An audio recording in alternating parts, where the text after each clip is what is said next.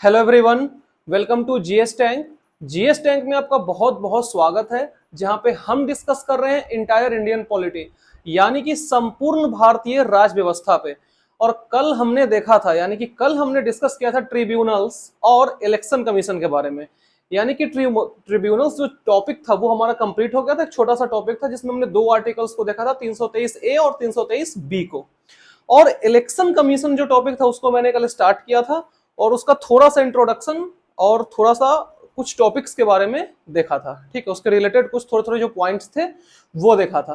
तो आज हम उसके आगे बात करेंगे, क्योंकि आज का हमारा जो टॉपिक है वो इलेक्शन कमीशन ही रहेगा। उसमें कुछ पार्ट्स जो था वो बच गया था, उसको आज हम कवर करने की कोशिश करेंगे। तो अगर आपने कल वाले वीडियो को नहीं देखा है अभी तक, यानी कि कल वाला वीडियो जो है आपका इलेक्शन कमीशन का स्टार्टिंग पार्ट, वो अगर आपका मिस हो गया है तो आप उस वीडियो को जाकर प्लेलिस्ट में देख सकते हैं। प्लेलिस्ट क्रिएट किया हुआ है।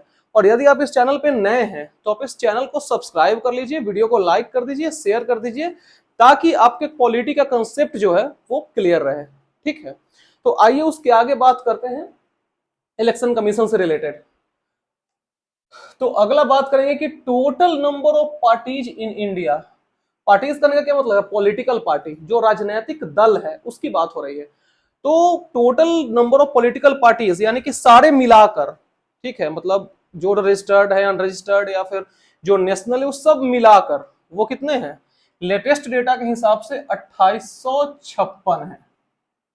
मतलब प्लस माइनस 5-6 हो सकता है, लेकिन जो डेटा है लेटेस्ट हिसाब से वो 2856 है। यानी आप बोल सकते हैं 2850 प्लस पार्टीज है।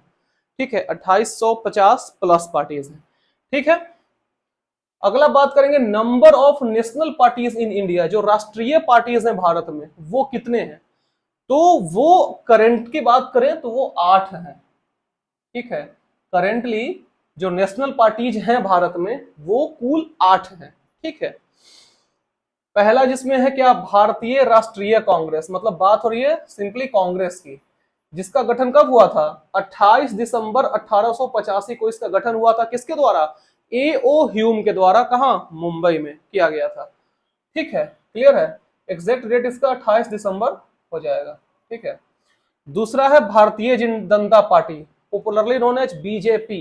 ठीक है, जिसका गठन किया गया था 1980 में। और अगर बात करें इसके संस्थापक सदस्य की, ठीक है, तो इसमें कौन कौन थे? इसमें थे अटल बिहारी वाजपेयी, इसमें थे मुरली मनोहर जोशी, इसमें थे लाल कृष्ण आडवाणी। ठीक है, तो ये सब जो हैं सो इसके संस्थापक सदस्य माने जाते हैं। लेकिन मुख्यतः अगर आप कहीं पढ़ेंगे तो सिर्फ अटल बिहारी वाजपेयी ही लिखा हुआ रहता है।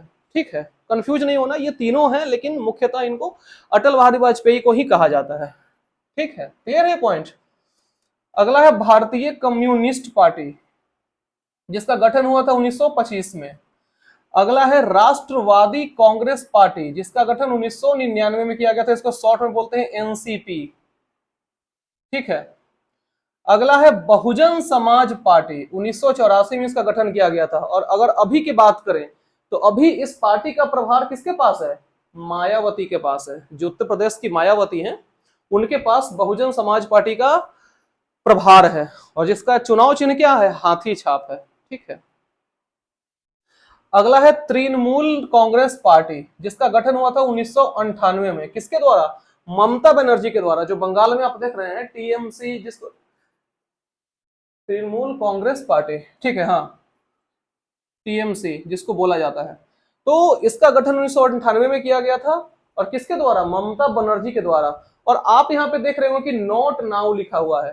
तो ये नॉट नाउ इसलिए लिखा हुआ है क्योंकि इसका सदस्य, इसको मिला था दर्जा 2016 में, लेकिन अप्रैल 2023 इसी साल के आसपास इसका सदस्यता छीन लिया गया है। ठीक है, यानी कि अब ये नेशनल पार्टी के स्टेटस में नहीं है। ठीक है, इसलिए यहाँ पे नॉट नाउ लिखा हुआ है, तो इसको आप काउंट अब नहीं करेंगे। लेटेस्ट न्यूज के हिसाब से, लेटेस्ट डेटा के हिसाब से आप इसको नेशनल पार्टी में काउंट नहीं करेंगे। क्यों? क्योंकि इसका स्टेटस छीन लिया गया है नेशनल पार्टी का। ठीक है, अगला है नेशनल पीपुल्स पार्टी, जिसका गठन हुआ था 2013 में। और किसके द्वारा किया गया था? पीए संगमा के द्वारा किया गया था। नेशनल पीपुल्स पार्टी का गठन 2013 में पीए संगमा द्वारा किया गया था, जो पहले नेशनल कांग्रेस पार्टी में थे, और वहां से हट के उन्होंने एक नई पार्टी बनाई। ठीक है। जो पीए संगमा थे वो एनसीपी से हट के एक नया पार्टी बनाया है जिसका नाम है नेशनल पीपल्स पार्टी। ठीक है, क्लियर है पॉइंट। और ये है 8वां में मार्क्सवादी कम्युनिस्ट पार्टी जिसका गठन हुआ था 1964 में। ठीक है। अब जो लेटेस्ट दर्जा जिसको दिया गया है नेशनल पार्टी का वो है आप, आम आदमी पार्टी, जिसका गठन 2012 में किया गया था। आपको पता है कि आम आदमी पार्टी का गठन किसने किया था? उसमें थे मेंबर में अरविंद केजरीवाल थे, योगेंद्र यादव थे, साजिया इल्मी थी, प्रशांत भूषण थे, आनंद कुमार थे। ठीक है, इतने लोग इसके फाउंडर माने जाते हैं। लेकिन जो इनका फ्रंट एंड है, इस पार्टी का फ्रंट एंड है, वो है अरविंद केजरीवाल, और यही इस पार्टी के प्रेसिडेंट भी हैं। जो आम आदमी पार्टी है उसका प्रेसिडेंट कौन है? अरविंद केजरीवाल। ठीक है। और ये लेटेस्ट पार्टी है जिसको राष्ट्रीय पार्टी का दर्जा दिया गया है इलेक्शन कमीशन के द्वारा। ठीक है, क्लियर है पॉइंट। तो ये बात हो गई नेशनल पार्टीज इन इंडिया के। अब हम बात करेंगे कि राष्ट्रीय पार्टी होने के लिए, राष्ट्रीय पार्टी बनने के लिए क्या क्या कंडीशंस हैं। मतलब कि अगर आपके पार्टी को नेशनल पार्टी बनाना है तो उसके लिए क्या क्या कंडीशंस है, क्या क्या शर्तें हैं, इसके बारे में। तो पहला पॉइंट कहता है कि लोकसभा तथा विधानसभा चुनाव में कम से कम 4 राज्यों में कुल डाले गए वैध मतों का 6% प्राप्त करना जरूरी है। यानी कि यहाँ पे बात हो रही है कंबाइंड की, लोकसभा की और विधानसभा की, जिसमें कि कम से कम 4 राज्यों में, यानी कि मिनिमम 4 स्टेट में टोटल डाले गए वैध मत, मतलब वैलिड वोट की बात हो रही है। यहाँ पे सारे वोट काउंट की बात नहीं हो रही है, यहाँ पे वैलिड वोट की बात हो रही है। मतलब कुल डाले गए वैलिड वोट का 6% प्राप्त करना जरूरी है। ठीक है, ये पहला कंडीशन है। अगर इन केस ये कंडीशन फॉलो नहीं होता है तो यहाँ पे या लिखा हुआ है, तो कम से कम 4 राज्यों में 4 विधानसभा सीटें जीतना जरूरी है। यानी कि मिनिमम 4 स्टेट में 4 विधानसभा सीट जीतना जरूरी है, तब जाकर नेशनल पार्टी का दर्जा मिलेगा। ठीक है। और यदि ये भी कंडीशन फॉलो नहीं हो पाता है तो तीसरा है कि लोकसभा के कुल सीट का 2% सीट 3 अलग अलग राज्यों से प्राप्त किया गया हो। यानी कि अगर यह भी कंडीशन फॉलो नहीं हो रहा है तो कहा गया है कि लोकसभा के कुल सीट का 2% सीट 3 अलग अलग राज्यों से प्राप्त होने चाहिए। अब 2% सीट करने का क्या मतलब है? यानी कि 543 जो सीट है उसका 2%, यानी कि देखा जाए तो 11 सीट। 2% सीट करने का क्या मतलब है? 11 सीटों की बात हो रही है। यानी कि लोकसभा के कुल 11 सीट 3 अलग राज्यों से प्राप्त होने चाहिए। मतलब तीनों में से कोई एक कंडीशन अगर फॉलो हो रहा है तब उस पार्टी को राष्ट्रीय पार्टी का दर्जा दिया जाएगा इलेक्शन कमीशन के द्वारा। ठीक है, क्लियर ये पॉइंट? आई होप कि ये दोनों पॉइंट आपको अच्छे से क्लियर हो गया हो। तो इसको आप एक बार नोट डाउन या स्क्रीनशॉट ले लीजिए, फिर इसके आगे आते हैं। इसके आगे बात करेंगे कुछ समितियां के बारे में। कौन से समिति? जो चुनाव सुधार से संबंधित है, यानी कि इसके रिलेटेड जो कमिटीज हैं उसके बारे में। तो चुनाव सुधार से संबंधित जो पहला समिति था वो था तारकुंडे समिति। ठीक है, जो जिसका गठन किया गया था 1974 के समय में। जो दूसरा था वो था जेपी समिति, जिसका गठन किया गया था, इसका भी 1974 में ही। तीसरा था दिनेश गोस्वामी समिति, जिसका गठन किया गया था 1990 के समय में। चौथा था इंद्रजीत गुप्ता समिति, इसका गठन किया गया था 1998 में। और जो लास्ट था वो है तनखा समिति, जिसका गठन किया गया था 2010 में। तो ये 5 समितियां जो है वो चुनाव के सुधार से रिलेटेड समितियां हैं। ठीक है, अब इसके बारे में डिटेल्स अंदर नहीं पढ़ना है क्योंकि वो उतना इंपॉर्टेंट नहीं है। बस हम आपको इसका नाम बता दिए ताकि अगर एग्जाम में पूछे कि ये समिति किससे रिलेट करता है तो आप इजिली बता सके। ठीक है, तो ये समिति का काम था कि चुनाव से संबंधित, यानी कि चुनाव सुधार से संबंधित सलाह या सुझाव देने का, और इनके सलाह और सुझाव पे आगे चल के सुधार भी किया गया। ठीक है, तो वही बात यहाँ पे लिखा गया है कि इन समितियों ने चुनाव सुधार से संबंधित सलाह या सुझाव दिए और सुधार लाया गया। किसमें? चुनाव के क्षेत्र में। ठीक है, मतलब कि चुनाव में सुधार लाया गया। चुनाव के क्षेत्र मतलब चुनाव क्षेत्र नहीं समझ लीजिएगा, चुनाव में सुधार लाया गया, सो कहना का मतलब है। ठीक है, क्लियर इतना पॉइंट? अब इसके आगे बात करेंगे ईवीएम का। ठीक है, ईवीएम कहने का क्या मतलब है? फुल फॉर्म इसका होगा इलेक्ट्रॉनिक वोटिंग मशीन। इलेक्ट्रॉनिक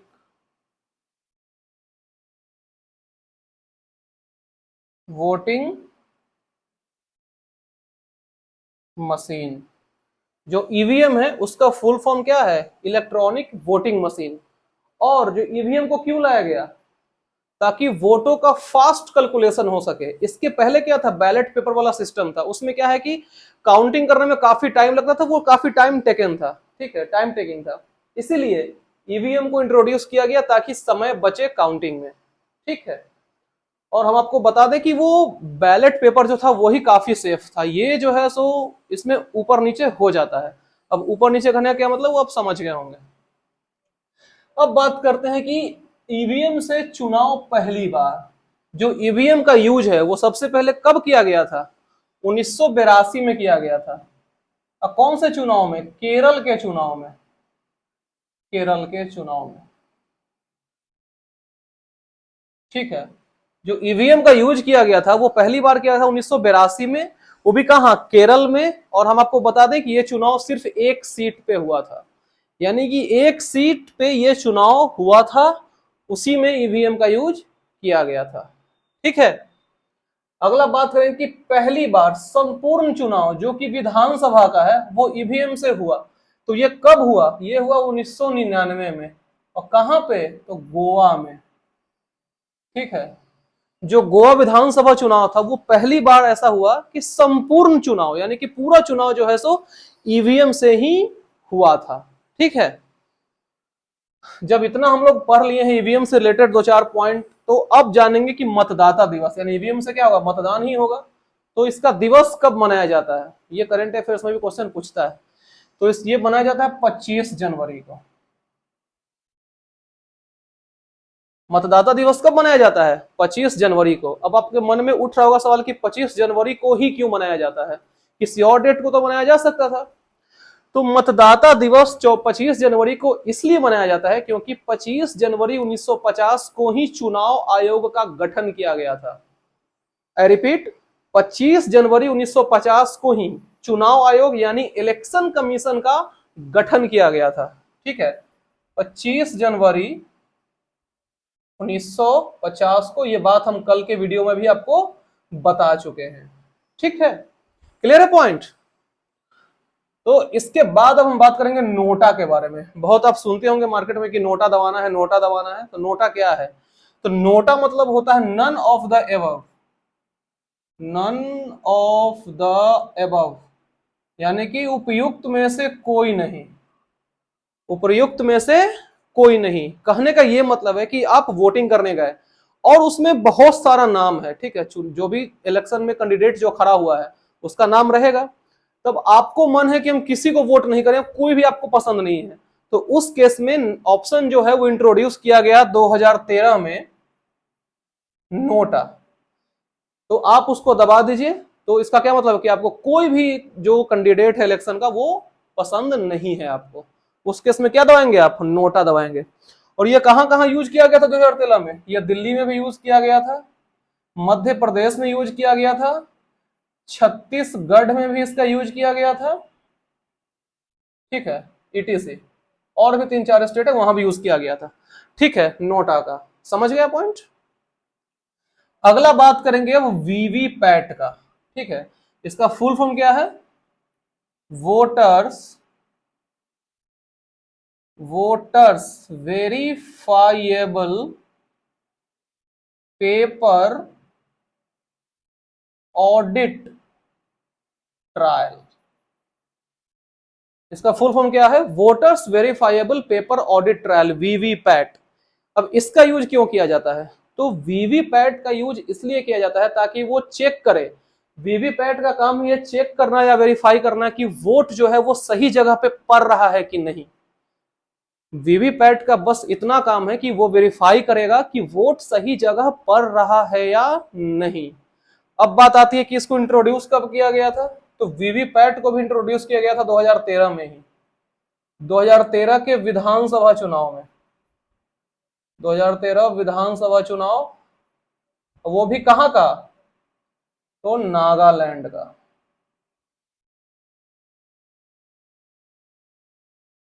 ठीक है।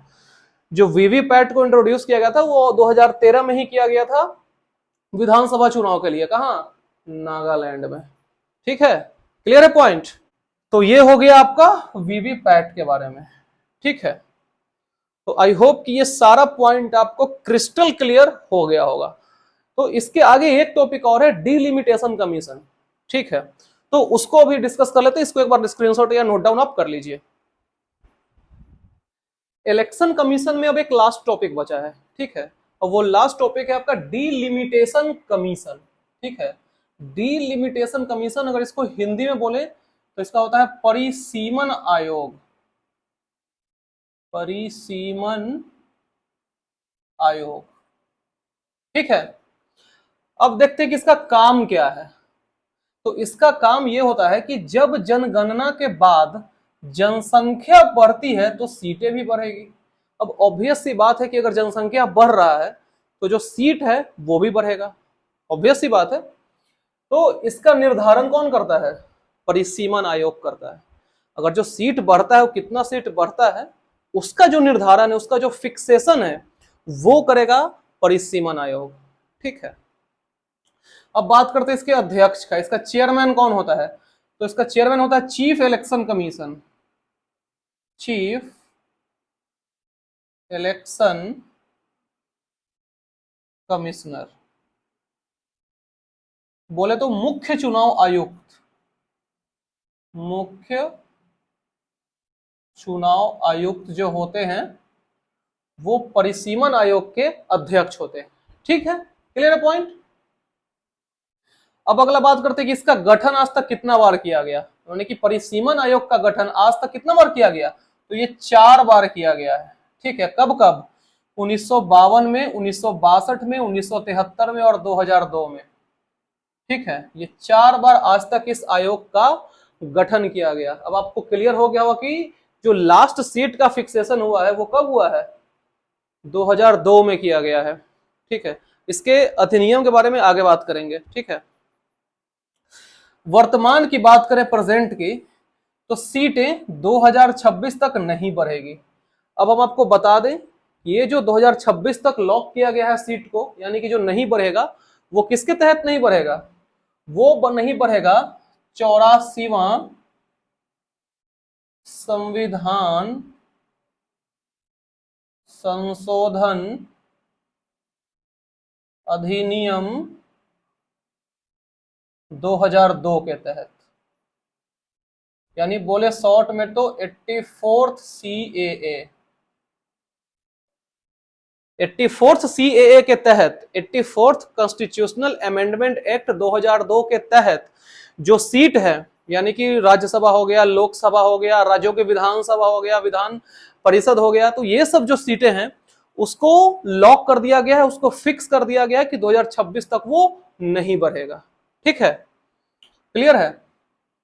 और अगर हम बात करते हैं इसका वितरण का, यानी कि डिस्ट्रीब्यूशन का, तो जो सीट को डिस्ट्रीब्यूट किया गया है वर्तमान में, कि जैसे आप देखते हैं कि लोकसभा के पास कितना है? 543 सीट है, राज्यसभा में 245 है, बिहार की बात करें विधान परिषद में कितना है? 75 है, बिहार के लोकसभा में कितना है? 40 है। तो ये सब जो डिस्ट्रीब्यूशन है वो कैसे किया गया है?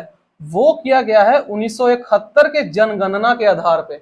जो 1971 का जो जनगणना हुआ है, सेंसस हुआ है, उसके बेसिस पे, उसी को बेस बनाकर ये फिक्सेशन किया गया है। क्लियर है पॉइंट। अब हम आपको बता दें कि ये जो फिक्सेशन जो किया गया है वो तो 2026 तक किया गया है, तो 2026 के बाद इसका संख्या बढ़ने वाला है। ठीक है, तो संख्या जो बढ़ने वाला है वो कितना बढ़ेगा? अभी कितना है? अभी लोकसभा का है 543, राज्यसभा का है 245, जोड़े तो 788 है। ये 788 बढ़ के हो जाएगा 1132। ठीक है, क्योंकि एक नया पार्लियामेंट बना है, आपको पता होगा, सेंट्रल विस्टा प्रोजेक्ट के अंदर, है ना। तो अब क्या है कि जो सांसदों की संख्या है वो 788 से बढ़ के 1132 हो जाएगी। और यही अगर स्टेट के केस में बात करें तो बिहार में जो अभी लोकसभा का 40 सीट है वो 40 बढ़ के हो जाएगा 61, और जो राज्यसभा का बिहार में 16 सीट है वो 16 बढ़ के हो जाएगा 24। ठीक है, ये बढ़ने वाला है 2026 के बाद। क्लियर है पॉइंट। अब इसके आगे देखते हैं क्या कि परिसीमन आयोग के आदेश को कोर्ट में चैलेंज नहीं कर सकते हैं। अगर आप सोच रहे हैं कि कोई लोग हैं वो बोलेंगे कि नहीं सीट इतना बढ़ा है अब इतने सीट बढ़ना चाहिए, हम इसको नहीं मानेंगे, तो उसके लिए आप इसको कोर्ट में चैलेंज नहीं कर सकते। ठीक है, जो परिसीमन आयोग आदेश दे दिया वो दे दिया, वो मील का पत्थर है, उसको कोई चैलेंज नहीं कर सकता है। क्लियर है पॉइंट?